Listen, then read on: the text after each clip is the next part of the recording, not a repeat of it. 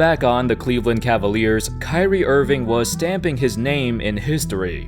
While the Cavs were not good before LeBron got there, Irving quickly became one of the most popular players in the entire league.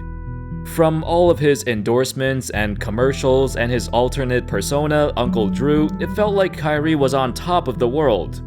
Additionally, the Cavaliers were finally winning, and Kyrie had the best moments of his entire career. His phenomenal performance in the 2016 NBA Finals capped off an incredible comeback, as he hit a legendary three-pointer, an iconic shot that will be remembered forever. However, afterwards, what in the world happened? It seemed like Kyrie went completely off the rails, both on and off the court, after this championship. It's been a turbulent period of time. How's it going, folks? My name's Andy, and in this video, let's take a look at the full timeline of Kyrie Irving after his championship victory and until now, 2020.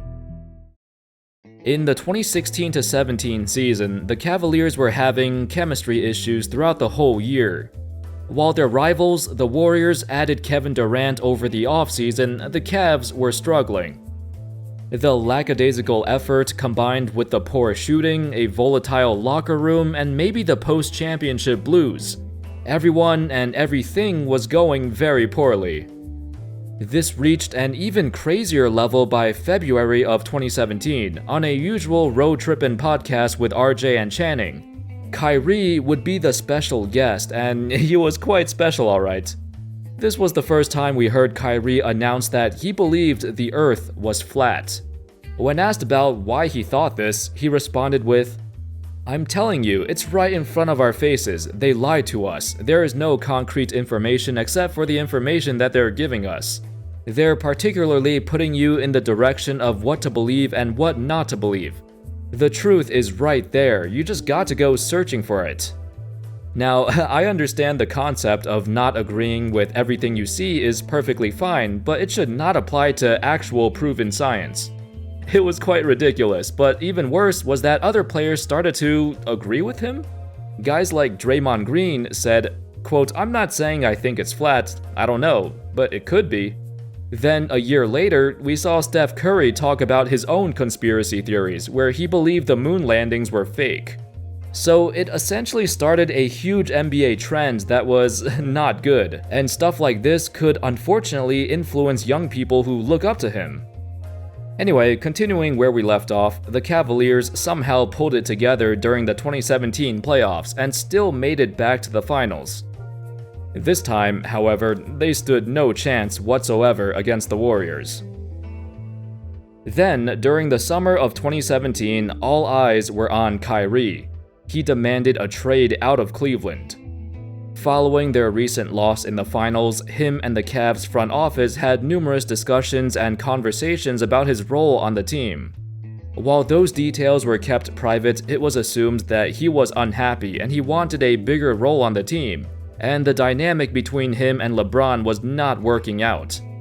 Even throughout the season, it was clear that there was a rift, and Kyrie felt like he wasn't being treated properly. As much as he loved playing for Cleveland, the truth is, it was LeBron's team. It was LeBron's city. All the success and all the failures of the franchise lie solely on the back of LeBron, not Kyrie. In regards to this, Kyrie stated, "Having just a tremendously great player like that come to your team and you see yourself being one of those great players eventually, and then he ends up joining it, and then now you have to almost take a step back and observe. Finding that balance is one of the toughest things to do because you have so much belief and confidence in yourself. Selfishly, I always wanted to just show everyone in the whole entire world exactly who I was every single time." And since he got his ring, he had the desire to be the man on the team again and lead his own franchise. 1 month later, his trade request was granted. The Cavs would send Kyrie Irving to the Boston Celtics in exchange for a massive package centered around Isaiah Thomas. While this was initially thought of as a rather even trade, it turned out to be very bad for Cleveland, as Isaiah Thomas could not successfully recover from his hip problems. In Boston, however, Irving was having a spectacular season as he became the new leader of a very young team. The problem was, there was a pretty big disconnect between him and the rest of the team. And by the time the Celtics were starting to gear up for a deep playoff run, Kyrie got injured. In April of 2018, right before the playoffs began, Irving would undergo a surgical procedure on his left patella, the same injury he suffered in the 2015 finals. As a result, the doctor said he would be out for at least 4 months. This forced the Celtics to grow up really quickly as they entered into the playoffs as one of the youngest teams in NBA history. Without Kyrie, it was their time to shine, and they did. Despite many fans believing they'd struggle, the Celtics would reach the Eastern Conference Finals and even pushing the Cavs to 7 games before losing. While we missed out on a potential rivalry between LeBron and Kyrie, we did see the rise of Jason Tatum and Jaylen Brown, as they proved they could carry an offense without their star point guard. It was quite the unexpected run, so after the season was over, the Celtics were expected to become even better with Kyrie coming back. However, instead, what they actually got was a ton of unapologetic drama and tension within the locker room. In the 2018-19 season, with a healthy Kyrie returning, the expectations skyrocketed. Gordon Hayward would also return after recovering from a broken ankle. With LeBron heading to Los Angeles, the Celtics were now deemed as the team to beat in the East.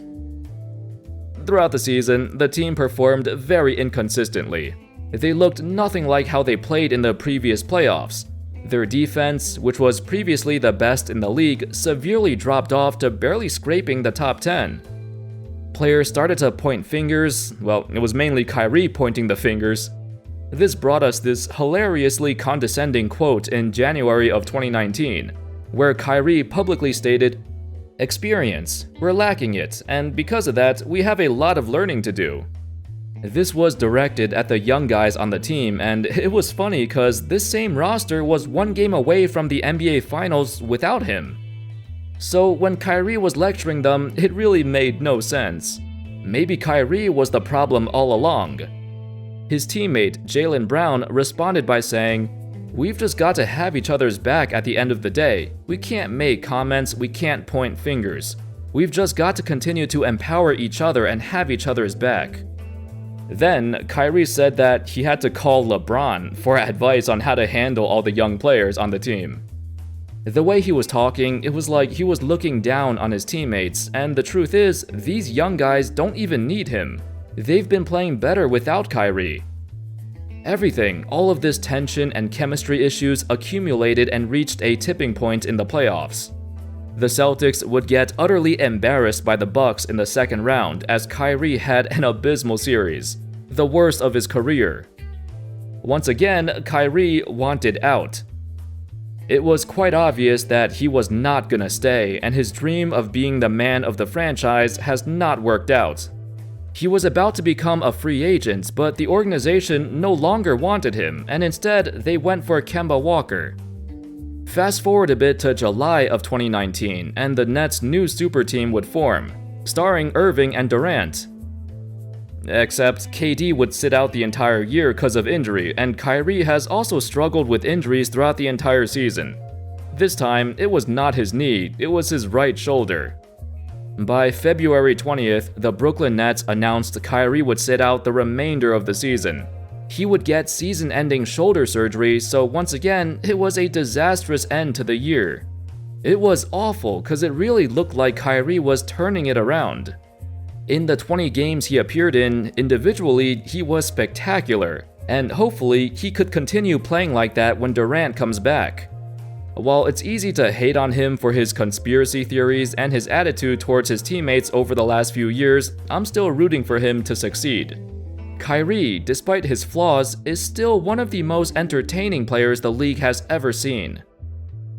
Anyway, that's all folks, that's been the disastrous timeline of Kyrie Irving since he left Cleveland. Let me know your thoughts about him now, and do you see the Nets being contenders once everyone's healthy? Do you think they can actually win a championship when Durant returns? Let me know in the comments. Thank you everybody so much for watching. I hope you enjoyed the video, and as always, I'll see you next time. Peace.